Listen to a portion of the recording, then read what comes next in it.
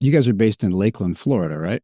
That's right. So I would imagine that has the advantage of being kind of close to where the hurricanes are spawned and where they sort of, approach the coast. But, they could hit your base, right? So how do you handle that if it's making a beeline for Lakeland, Florida? So, I mean, this happens pretty much every year at this point. Um, Unfortunately. my first hurricane season was when Ian came right through Lakeland, Florida. That was my first season flying. Ooh. Even just this year, I was the aircraft commander for the landfall mission for Milton.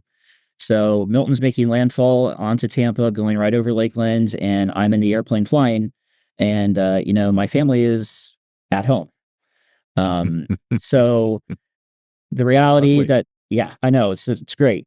Um, so the reality that we really have to, that we all come to terms with when we put on the uniform and we go fly these planes is that, we have a job to do, and the data we're getting is critically important to making sure that, everybody can be as safe as possible, and that, everybody who's on the ground is depending on our data to be able to make the right decisions, to keep themselves safe and keep their property safe.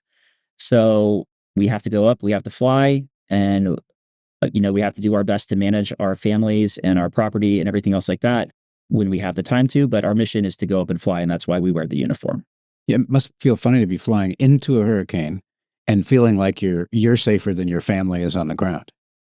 I mean, seriously. Yes. Yeah. I mean, so like we spend a lot of time training and really like understanding these environments so that we are, as a crew, we feel very, and comfortable is the wrong word, but we're very practiced at flying into these storms. And so like what we're doing, we can feel relatively safe in that we have the right expertise on board to call it out when it's not safe. Um, and so, yeah, there's a lot of times where it might very well be safer to be in the plane than it is on the ground. But thankfully, we're getting that data out as soon as we possibly can to folks, so that if it is going to be dangerous for them, they can make the decision to leave the path of any of these hurricanes. So, do you have specific pre-flight routines or mental preparations that you do before you go out to tackle one of these guys? Yeah, so our pre-flight generally starts about 2 hours before takeoff. And we will all meet together. The flight director will give us a very in-depth weather brief, not only on just what the storm is doing and what we think it's going to be doing, but also on any of the scientific objectives that we might have before we go in there. And we will thoroughly discuss and make decisions on what we need to be doing for that. Maybe we'll wave off a couple modules because they're not going to be effective for what we need to do, or they're not going to fit within the capability of the aircraft. But we're going to spend that time talking about that and coming to a really good agreement on what the mission is going to look like. And then from that point, we're going to do some of the other just general aviation stuff, filing flight plans, making sure we have all the clearances, our aircraft are released and there's no other outstanding maintenance issues that we may need to address. And then we'll get in the aircraft, we'll brief everybody up there as a crew, and then we'll go. And at any point in time there, of course, just like in flight, if somebody's like something is unsafe, they all are empowered to speak up. We are operating this entire time as a crew, so it's vitally important that everybody is on board and on the same page with what we're doing. So I would imagine, flying, an airplane through a thunderstorm, which I've done before, is no fun.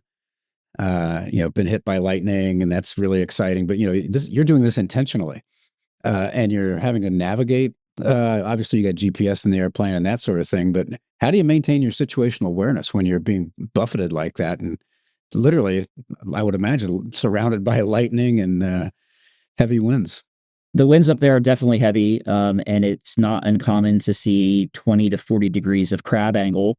That's where the aircraft is pointing 20 to 40 degrees offset of the actual direction of travel while we're going through some of these stronger storms. The way we kind of navigate through that is by, again, using all of the crew to help manage all the different pieces of it, including, what our inertials say we're doing, what the GPS says we're doing.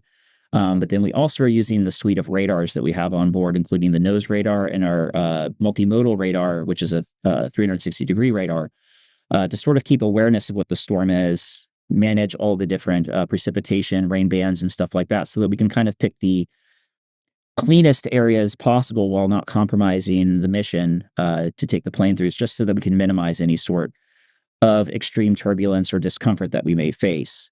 But after that, especially since a lot of these storms are flown in the dark, we're really just flying by instruments at that point. So it's very much just instrument flying. We're down. We're watching the attitude indicator. We're watching our flight management system and stuff like that, and just trying to make sure that we're staying on task. So, having spent my life trying to avoid thunderstorms, I'm really fascinated by this. But is icing a problem? I would imagine if you are in those conditions, and sure, it's in the tropics and all that, but you're at altitude where it's cold. If you lose your pitot-static instruments and that sort of thing, it could be a bad day, right? So do you have mitigations for that, or is it ever really a problem?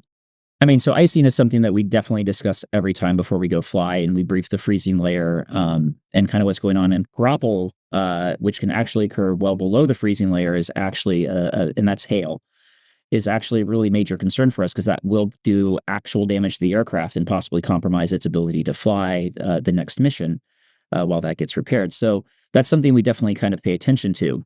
Even in the tropics, everyone thinks it's warm, but the freezing layer is still only about 16,000 or so feet on average. So we target our missions to fly just enough below that so that we are mitigating a lot of those risks. So most of our missions are somewhere between 8,000 and 12,000 feet as we go through these storms, with 10,000 being kind of the sweet spot. The lower you get in the storm, the more turbulent it gets. The higher you go, the higher risk for icing and grapple you get. So we kind of are trying to mitigate those by choosing effective altitudes for what we're trying to do.